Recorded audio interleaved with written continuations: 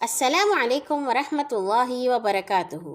کہانی زبانی کے ہنستے مسکراتے اچھلتے کودتے بہت ہی پیارے پیارے خاص ساتھیوں، آج ہم آئے ہیں ایک اور نبی کی کہانی کے ساتھ۔ وہی کہانیاں جو اللہ تعالیٰ نے ہمیں سنائی ہیں قرآن میں۔ گن کے بتائیے گا کتنی کہانیاں سنیں گے آپ۔ آج کی کہانی کا عنوان ہے حضرت یونس علیہ السلام۔ حضرت یونس علیہ السلام کا ذکر قرآن میں 6 سورتوں میں آیا ہے۔ ان میں پہلی 4 سورتوں میں یونس علیہ السلام کا نام ہے، آخری 2 سورتوں میں ذوالنون اور صاحب الحوت۔ ذوالنون یعنی نون والے اور صاحب الحوت یعنی مچھلی والے۔ آخر مچھلی والے صحابی کیوں تھے وہ؟ سنتے ہیں۔ حضرت یونس علیہ السلام ایک عظیم اور کریم نبی تھے۔ ان کی کہانی قرآن پاک میں ایک انوکھا ہی قصہ ہے۔ حضرت یونس علیہ السلام کا زمانہ 860 سے لے کے 784 قبل مسیح کے درمیان بتایا جاتا ہے، یعنی حضرت عیسیٰ سے 700-800 سال پہلے۔ ان کے والد کا نام متہ تھا اور یہ سیدنا ابراہیم علیہ السلام کی نسل سے تھے، یعنی اسرائیلی نبی تھے۔ حضرت یونس علیہ السلام کی عمر مبارک 28 سال تھی تو اللہ نے انہیں نبوت عطا فرما دی۔ ان کو اشوریوں کی ہدایت کے لیے عراق بھیجا۔ یہ کافر اور مشرک لوگ تھے۔ اس قوم کا مرکز اس وقت نینوا تھا، جس کے وسیع کھنڈرات آج بھی دریائے دجلہ کے کنارے پر آباد موصل شہر کے عین مطابق پائے جاتے ہیں۔ حضرت یونس علیہ السلام نے آشوریوں کو ایک اللہ کے بارے میں بتایا، اس کی عبادت کرنے کی دعوت دی۔ تو جیسا آپ نے سنا ہے پچھلی اقوام نے کیا، انہوں نے بھی ایسے ہی کیا۔ حضرت یونس کو جھٹلایا، انہیں برا بھلا کہا اور بتوں کی عبادت کرنے سے پہ ڈٹے رہے، اور ایسے ڈٹے رہے کہ انہوں نے حضرت یونس علیہ السلام پر ظلم و ستم شروع کر دیا۔ انہیں مارتے تھے، انہیں دھمکیاں دی گئیں، ان کا مذاق اڑایا گیا۔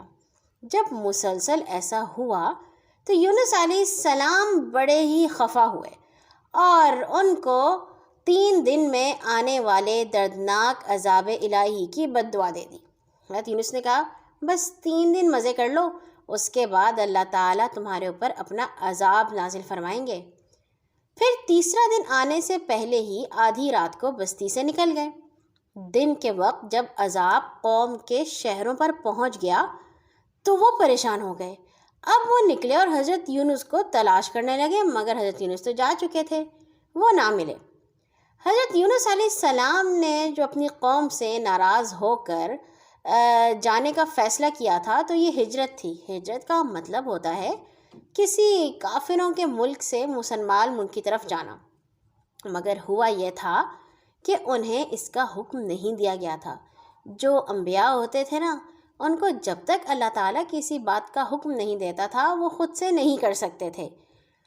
تو حضرت یونس علیہ السلام نے عذاب کی اطلاع دینے کے بعد اللہ تعالیٰ کی حکم اور اجازت کے بغیر اپنا علاقہ چھوڑا اور چلے گئے۔ اب جو اشوری تھے انہوں نے جو عذاب آنے کے آثار دیکھے تو اللہ تعالیٰ سے توبہ استغفار کی، اللہ نے انہیں معاف کر دیا اور عذاب واپس چلا گیا۔ قرآن مجید میں اللہ تعالیٰ نے جو اصول بیان کیے ہیں ان میں یہ بھی ہے کہ جب تک اللہ تعالیٰ کسی قوم پر اپنی حجت پوری نہیں کر لیتا، یعنی انہیں آخر تک مہلت نہیں دیتا، تب تک وہ عذاب نہیں نازل فرماتا۔ تو حضرت یونس علیہ السلام کی قوم کی جو مہلت تھی وہ بھی ختم نہیں ہوئی تھی اور اللہ تعالیٰ نے انہیں وہاں سے نکلنے کا نہیں کہا تھا، مگر وہ انہیں کوئی غلط فہمی ہوئی اور وہ خود ہی ہجرت کر گئے، اور اس وجہ سے اللہ تعالیٰ نے ان کی قوم کو عذاب دینا گوارا نہ کیا اور انہیں معاف کر دیا۔ اب ہوا یہ کہ حضرت یونس علیہ السلام فرات کے کنارے پہنچے تو ایک کشتی کو مسافروں سے بھرا ہوا پایا۔ حضرت یونس علیہ السلام کشتی میں سوار ہو گئے اور کشتی نے لنگر اٹھایا، چل پڑی۔ پورے دن میں کشتی سمندر میں سکون سے چلتی رہی۔ لوگوں نے اپنا ساز و سامان اچانک کیا ہوا کہ اونچی اونچی لہریں اٹھنے لگیں اور کشتی ڈولنے لگی۔ لوگوں نے اپنا ساز و سامان سمندر میں پھینک دیا کہ کشتی کا بوجھ کم ہو جائے، لیکن کشتی کا بوجھ پھر بھی کم نہ ہوا۔ جب کشتی ڈگمگانے لگی اور اس کے ڈوبنے کا یقین ہونے لگا تو اہل کشتی نے اپنے عقیدے کے مطابق کہا، ایسا معلوم ہوتا ہے کہ کوئی غلام اپنے آقا سے بھاگا ہوا ہے، جب تک اس کو اس کشتی سے جدا نہ کیا جائے گا بچنا بڑا مشکل ہے، ہم سبھی ڈوب جائیں گے۔ یونس علیہ السلام نے جب یہ سنا تو انہیں یہ خیال آیا کہ اللہ تعالیٰ کو میرا نینوا سے وحی کا انتظار کیے بغیر اس طرح چلے آنا پسند نہیں آیا، اور یہ میری آزمائش کے نشان ہے۔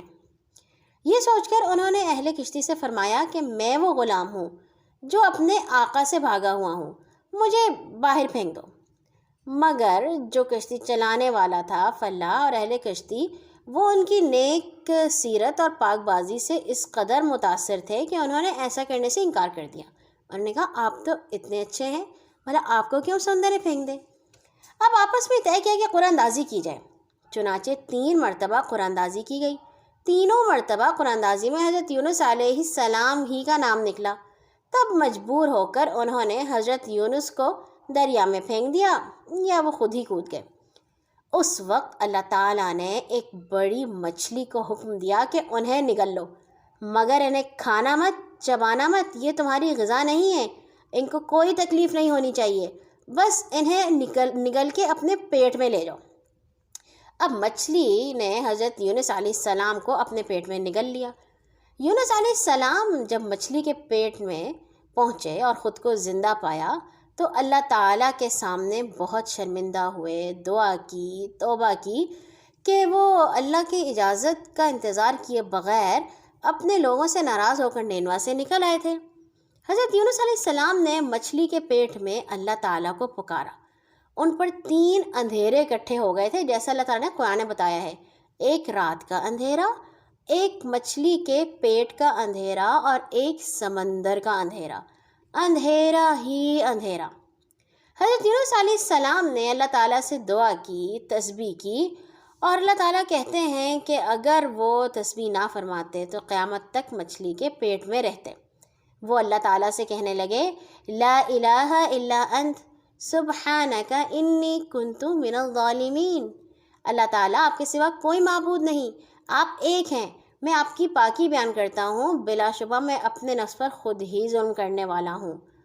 آپ جانتے ہیں جو بھی مسلمان اپنی کسی مشکل میں دعا مانگے گا اللہ تعالیٰ اس کی دعا ضرور قبول فرمائیں گے۔ نبی صلی اللہ علیہ وسلم نے ہمیں بتایا کہ جب یونس علیہ السلام نے یہ دعا کی تو یہ کلمات عرش کے گرد گھومنے لگے۔ فرشتے کہنے لگے، یہ آواز تو بہت دور کسی جگہ سے آ رہی ہے، لیکن ایسا لگتا ہے کہ کانوں نے یہ آواز پہلے سنی ہے۔ آواز بہت ہی دور، بہت ہلکی سی تھی۔ اللہ تعالیٰ نے یونس علیہ السلام کی درد بھری آواز کو سنا تو فرمایا، کیا تم اس آواز کو نہیں پہچانتے؟ انہوں نے کہا، نہیں۔ اللہ تعالیٰ نے فرمایا، یہ میرے بندے یونس کی آواز ہے۔ فرشتوں نے کہا، وہی یونس جس کے اچھے اعمال قبول شدہ ہر روز آپ کی طرف آتے ہیں اور جن کی دعائیں آپ کے پاس قبول ہوتی ہیں۔ اللہ تعالیٰ جیسے وہ آرام کے وقت نیکیاں کرتے تھے تو آپ مصیبت کے وقت ان پر رحم کیجئے۔ اسی وقت اللہ تعالیٰ نے مچھلی کو حکم دیا کہ وہ آپ کو بغیر کسی تکلیف کے سمندر کے کنارے پر اگل دے۔ روایت میں آتا ہے کہ حضرت یونس علیہ السلام مچھلی کے پیٹ میں 3 دن یا 7 دن یا 40 دن یا جتنے بھی گھنٹے تسبیح کرتے رہے، چنانچہ مچھلی نے اللہ کے حکم سے سمندر کے کنارے پر انہیں اگل دیا۔ حضرت عبداللہ بن مسعود جو پیارے نبی کے صحابی ہیں وہ فرماتے ہیں کہ مچھلی کے پیٹ میں رہنے کی وجہ سے ان کا جسم ایسے ہو گیا تھا جیسے کہ پرندے کا پیدا شدہ بچہ جس کا جسم نرم ہوتا ہے اور جس پر بال تک نہیں ہوتے۔ جب آپ بہت دیر کے لیے نہاتے ہیں تو کیسا جسم ہو جاتا ہے آپ کا، بوڑھا بوڑھا نرم سا۔ اور حضرت یونس تو مچھلی کے پیٹ میں تھے جہاں پانی ہی پانی تھا، تو اس لیے ان کا جسم بھی نرم ہو گیا تھا اور وہ بہت ہی کمزور ہو گئے تھے، اتنے دن سے کچھ کھایا پیا بھی نہیں تھا۔ مچھلی نے انہیں خشکی پر ڈال دیا۔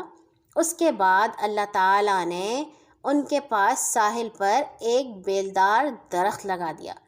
حضرت ابو ہریرہ رضی اللہ تعالیٰ عنہ فرماتے ہیں کہ جب مچھلی نے یونس علیہ السلام کو کھلے میدان میں ڈالا تو اللہ تعالیٰ نے آپ پر یقطین کی بیل اگا دی۔ ان سے پوچھا گیا یقطین کسے کہتے ہیں؟ تو انہوں نے فرمایا کدو کے پودے کو، جو کدو کھاتے ہیں نا، گھیا۔ اس کے علاوہ اللہ نے ان کے لیے ایک جنگلی بکری بھیج دی جو زمین کی گھاس اور جڑی بوٹیاں کھاتی تھی، صبح شام آپ کو دودھ پلاتی تھی، یہاں تک کہ آپ کی طاقت واپس لوٹ آئی اور آپ تندرست و توانا ہو گئے۔ حضرت یونس علیہ السلام درخت کے سائے میں جھونپڑی بنا کر رہنے لگے۔ چند دنوں بعد ایسا ہوا کہ اس بیل کی جڑ میں اللہ تعالیٰ کی طرف سے کوئی کپڑا لگ گیا اور اس نے جڑ کو کاٹ ڈالا۔ جب اس کو کاٹ ڈالا اور تو بیل سوکھنے لگی۔ حضرت یونس کو بہت دکھ ہوا۔ تب اللہ نے وحی کے ذریعے ان کو کہا، یونس تم اس بیل کے سوکھنے پر کتنے اداس ہو، مگر تم نے یہ نہیں سوچا کہ نینوا کی 1,00,000 سے زائد آبادی جس میں انسان بس رہے ہیں، جاندار بھی ہیں، ان کو برباد کرنے میں، ان کو مارنے میں کیا ہمیں اداسی نہیں ہوگی؟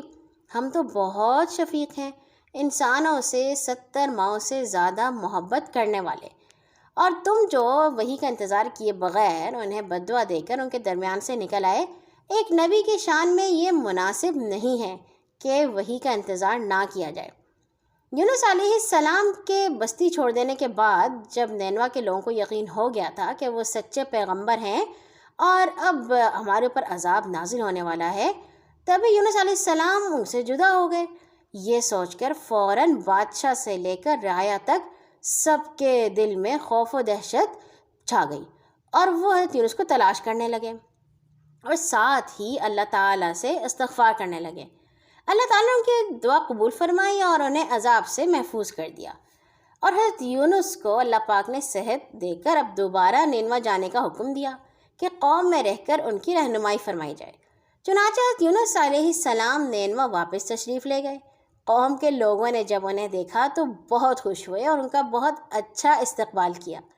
حضرت یونس علیہ السلام کی زندگی نینوا ہی میں گزری اور وہیں ان کا انتقال ہوا، وہیں ان کی قبر تھی، جو نینوا کی تباہی کے بعد نامعلوم ہو گئی۔ اور یہاں ہوئی ہماری آج کی کہانی ختم۔ اللہ تعالیٰ نے اس کہانی میں بتایا ہے کہ کبھی بھی اللہ کی رحمت سے مایوس نہیں ہونا چاہیے۔ اللہ پر بھروسہ رکھیں تو مچھلی کے پیٹ سے بھی باہر آیا جا سکتا ہے۔ کل آئیں گے ایک اور نئی کہانی کے ساتھ۔ اللہ حافظ۔